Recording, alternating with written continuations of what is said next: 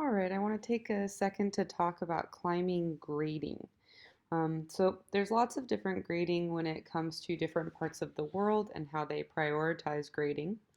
And so grading is how what gives you an idea of how challenging a or easy a climb is going to be. So here in the States, we use Yosemite. Okay, so we're gonna follow this line down as far as how we grade.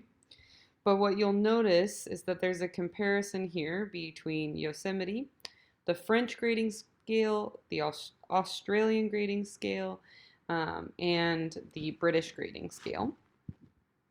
And then you'll notice that this is all for route climbing, so stuff with rope, right? Versus bouldering. So we use the V scale in bouldering. That gets more challenging as the numbers get bigger, but the French use a scale that's numbers. So what the French have done is they have a very similar grading scale for their bouldering and their route climbing. So we're going to focus here on these.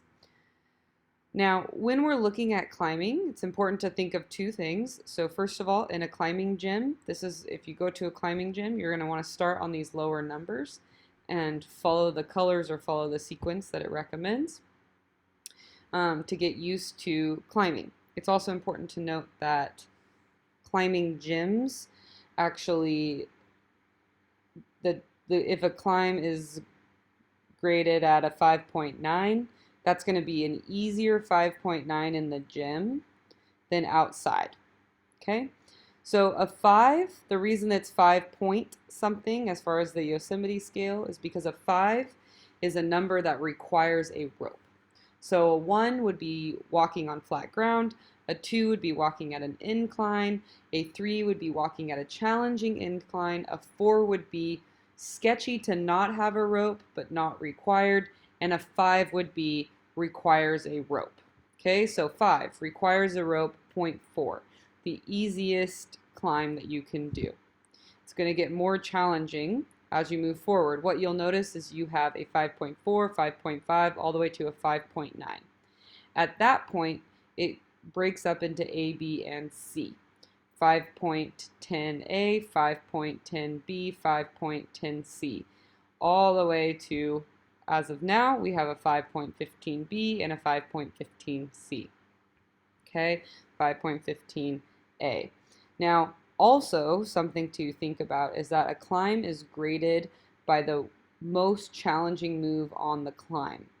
So that's part of the reason why this ABC is here, D in some sense, because the ABCs help tell us how, help break it down even more. But a 5.10, one 5.10A might be more challenging than another 5.10A because one 5.10A might have only one 5.10 move and the rest are 5.6 moves versus another one will have the entire climb will be a 5.10A. So something to keep in mind. Also, these climbs are rated by the first person to do that climb, ascend that climb.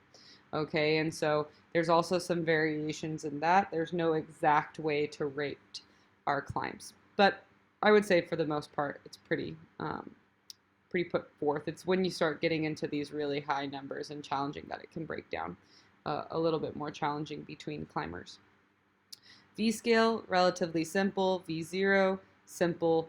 V1, a little bit more challenging, and so on and so forth. So that bouldering scale, beginner would be considered 0, 1, 2, intermediate 3, 4, 5, then 6, 7, 8 is where it starts getting really challenging. So make sure that you're paying attention to the grades of climbs as you decide to start this new sport.